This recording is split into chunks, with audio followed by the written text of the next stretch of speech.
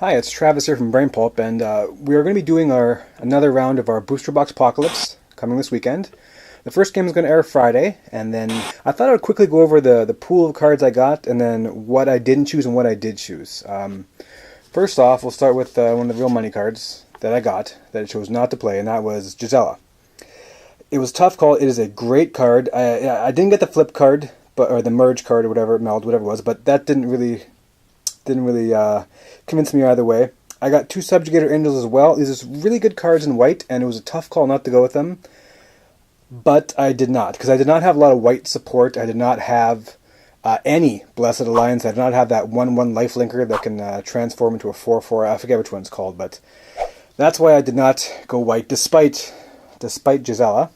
I did get some nice greens. Permeating Mass is not bad for a rare. You block and it becomes a copy of Permeating Mass. So you can block a big creature and turn to a 1/3, no big deal. Emrakul's Evangel, again, I didn't think I had the right cards to play that. If I had some more token generation, I could sacrifice, or even small creatures, sacrifice those creatures to make them to 3/2 Eldrazi's. It's good, not bad.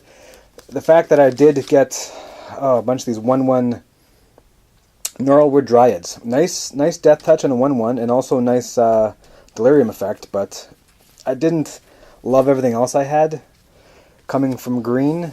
Although I got 3 copies of Prey Upon, which again, if you have the creatures in play, it's a very nice removal spell. And 2 of the Bloodbriar, which I'm hoping one day to make a nice Pauper deck with. I want to find some mechanisms in there, but ultimately, initially I did go green and another color, but in the end I chose just to go with blue as my splash color.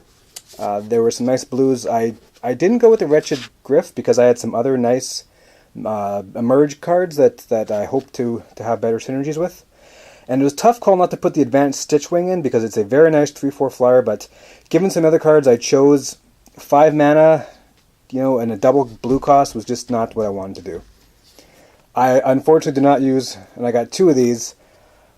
It's decent 2/1 for an artifact. And again, if you're going Delirium, that gets you 2 towards Delirium on the 1 card. And the artwork is just amazing, but beyond that, there was no great synergy, so I did not go with the Field Creeper. And another one that I pulled that I kind of wanted to use was the Thermal Alchemist. It is insane art, and it's a fun little mechanism to play too. Plus, it just, for some reason, reminds me of Mad Max, and I'm normally a burn guy, but I did not have enough of them and enough depth in that as far as instant sorceries to make a nice red deck. I went with black, and I'll go over my deck really quickly. Here's just the first couple that did not really make the cut. Again, I did not get Blessed Alliance in white. I wanted some Escalate. I really, really like the potential of Escalate. But this Escalate was just too high a cost, and it was too weak. +1/+1, and -1/-1. I'm not saying it doesn't have its uses, every dog has its day, and every card has its play. But I did not feel that these were worth keeping in the deck. So let's get to my real deck, my blue-black zombies deck. So here are the cards I chose to play. Blue-black zombies. So 3 copies of Wailing Ghoul. Maybe not the smartest, considering I'm not going for hardcore Delirium, but it's still a 1/3 blocker. It's going to put cards in my deck that will go nicely with the 2 copies of Cemetery Recruitment that I got.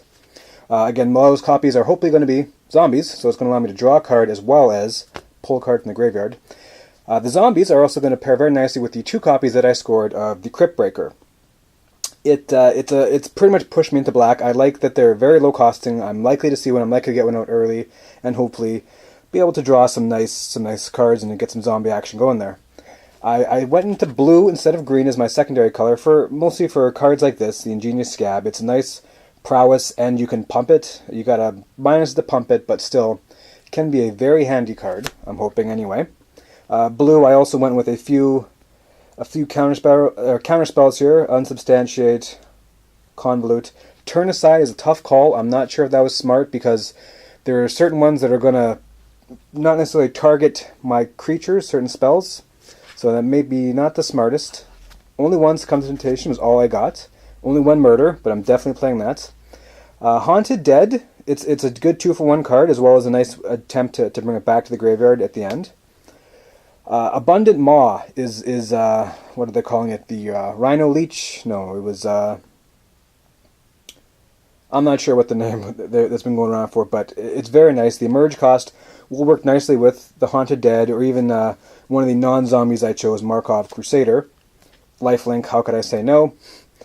I'm hoping that this guy comes out and does some real damage. Other ones really quickly here. Oops, I dropped some walking ghouls there. Grim Harvest will again go nicely with the zombies. And I got the Nosegraph Mob that whenever you cast a spell, it starts with 5 counters, you cast a spell, you take one off, you put a 2/2 zombie on. Again, going to go very nicely with the whole zombie theme going on here, and if I get most of the counters off it, it will go very nicely with either the Abundant Maw or even the Elder Deep Fiend, another emerge card. I'm hoping to play zombies with a little bit of merge, and beyond Markov, Lifelink Vampire, I did go with the Wharf Infiltrator. It's a nice little skull creature, and again, you may draw and discard cards. So, sorry, I had a blip in my camera there. And let's see, there's also Liliana's Elite. It's a nice one. You get a +1/+1 for each creature in the graveyard. So, filling the graveyard up with the Wailing Ghoul, pardon me, will help pump him up if he happens to team the board. So yeah, it's very straightforward. Lots of zombies, but lots of interactions in zombies, and enough cards that I'm hoping I get at least emerge once. I like this emerge thing. It's going to work pretty well, and the emerge flash has got to be the greatest, because if somebody tries targeting your card, you can flash this out there and get rid of that card before the target actually comes down. That's super nice. Or if somebody pulls one of those, I can't remember what it is, but it's basically target creature can't block. It's a slightly more expensive pacifism kind of thing. The Abundant Maw would be nice too, because you can get rid of that creature that's not doing you any good anyway and just pull it a bigger threat, as well as get a 6-point life swing. So if you've never seen any of our Mana Caves videos, you really should check them out. They're lots of fun. We always do the Booster Boxpocalypses. Booster Boxpocalypse.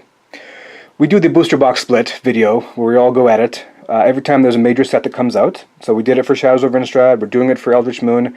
It's going to start this Friday, and then go into the following 2 Fridays. So yeah, check it out, and check out all of our stuff on Brain Pulp. Thanks for watching, and we'll see you next time.